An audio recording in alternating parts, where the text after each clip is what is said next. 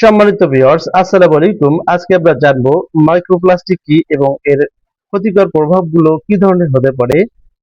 আপনি কি জানেন প্রতিদিন আমরা এমন কিছু গ্রহণ করছি বা খাচ্ছি এবং শ্বাসের সঙ্গে গ্রহণ করছি যা খালি চোখে দেখা যায় না। এর নাম হচ্ছে মাইক্রোপ্লাস্টিক। বিজ্ঞানীরা বলেছেন এটি এখন খাবার, পানি, বাতাস এমনকি মানুষের শরীরে পাওয়া যাচ্ছে।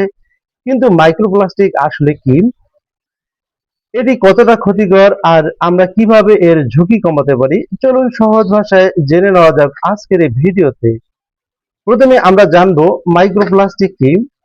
মাইক্রোপ্লাস্টিক হলো এমন একটি প্লাস্টিকের ক্ষুদ্র কণা যার আকার সাধারণত 5 মিলিমিটারের কম। এত ছোট হওয়ায় এগুলো সহজে চোখে দেখা যায় না। এই কণাগুলো তৈরি হয় দুটি উপায়ে, যেমন বড় প্লাস্টিকের বোতল, প্যাকেট বা অন্যান্য প্লাস্টিক দীর্ঘদিন রোদ, বৃষ্টি এবং ঘর্ষণের কারণে ভেঙে ছোট ছোট টুকরো হয়ে যায়। এবং দ্বিতীয়ত কিছু পণ্য যেমন কসমেটিক্স, সিনথেটিক কাপড় এবং শিল্প কারখানার কিছু উপাদানে শুরু থেকে ক্ষুদ্র প্লাস্টিক কণা থাকতে পারে। মাইক্রোপ্লাস্টিক আমাদের শরীরে কিভাবে প্রভাব ফেলে বা প্রবেশ করে, এবার আমরা সে সম্পর্কে জানবো। প্রতিদিন অজান্তে আমরা বিভিন্নভাবে মাইক্রোপ্লাস্টিক গ্রহণ করে থাকি, যেমন বোতলজাত পানি বা দূষিত পানির মাধ্যমে এই মাইক্রোপ্লাস্টিক আমাদের শরীরে প্রবেশ করতে পারে। এছাড়া মাছ, লবণ, সামুদ্রিক খাবার এবং কিছু প্রক্রিয়াজাত খাবারের মাধ্যমে আমাদের শরীরে এই মাইক্রোপ্লাস্টিক প্রবেশ করতে পারে। এছাড়া প্লাস্টিকের পাত্রে গরম খাবার বা গরম পানি রাখলে মাইক্রোপ্লাস্টিক আমাদের শরীরে প্রবেশ করতে পারে। এছাড়া বাতাসে ভাসমান ক্ষুদ্র প্লাস্টিক কণা শ্বাসের সঙ্গে ফুসফুসে প্রবেশ করতে পারেন।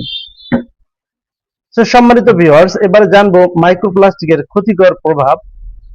বিজ্ঞানীরা এখনো এ বিষয়ে গবেষণা চালিয়ে যাচ্ছেন, তবে বর্তমানে গবেষণায় কিছু সম্ভাব্য ঝুঁকির কথা উঠে এসেছে।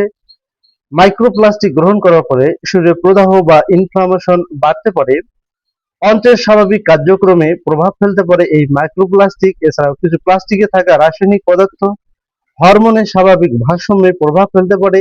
এছাড়া ফুসফুসে প্রবেশ করলে শ্বাসতন্ত্রের সমস্যার ঝুঁকি বাড়তে পারে। দীর্ঘমেয়াদে হৃদরোগে আক্রান্ত হয়ে যেতে পারে মানুষ এই মাইক্রোপ্লাস্টিকের কারণে। তো সম্মানিত ভিউয়ার্স, এবারে জানবো কিভাবে মাইক্রোপ্লাস্টিকের ঝুঁকি কমানো যায়। কিছু সহজ অভ্যাস আপনাকে মাইক্রোপ্লাস্টিকের সংস্পর্শ কমাতে সাহায্য করতে পারে। একবার ব্যবহারযোগ্য প্লাস্টিক যতটা সম্ভব এড়িয়ে চলতে হবে। প্লাস্টিকের পাত্রে গরম খাবার বা পানি পান করা থেকে বিরত থাকতে হবে। সম্ভব হলে কাঁচ বা স্টেইনলেস স্টিলের বোতল এবং পাত্র ব্যবহার করতে হবে। পর্যাপ্ত পরিষ্কার পানি পান করার চেষ্টা করতে হবে। ঘর নিয়মিত পরিষ্কার রাখতে হবে যাতে বাতাসে ভাসমান ধুলো এবং প্লাস্টিক কণা কম থাকে। এছাড়াও পরিবেশে প্লাস্টিকের বর্জ্য না ফেলে সঠিকভাবে ব্যবস্থাপনা করে প্লাস্টিকের ব্যবহার করতে হবে। সম্মানিত ভিউয়ার্স, মাইক্রোপ্লাস্টিক এমন একটি বিষয় যা নিয়ে বিশ্বজুড়ে বিজ্ঞানীরা গবেষণা করছে। সব ক্ষতিকর প্রভাব এখনো পুরোপুরি নিশ্চিত না হলেও অপ্রয়োজনীয় প্লাস্টিক ব্যবহার কমানো এবং স্বাস্থ্যকর অভ্যাস গড়ে তোলা আমাদের জন্য খুবই উপকারী।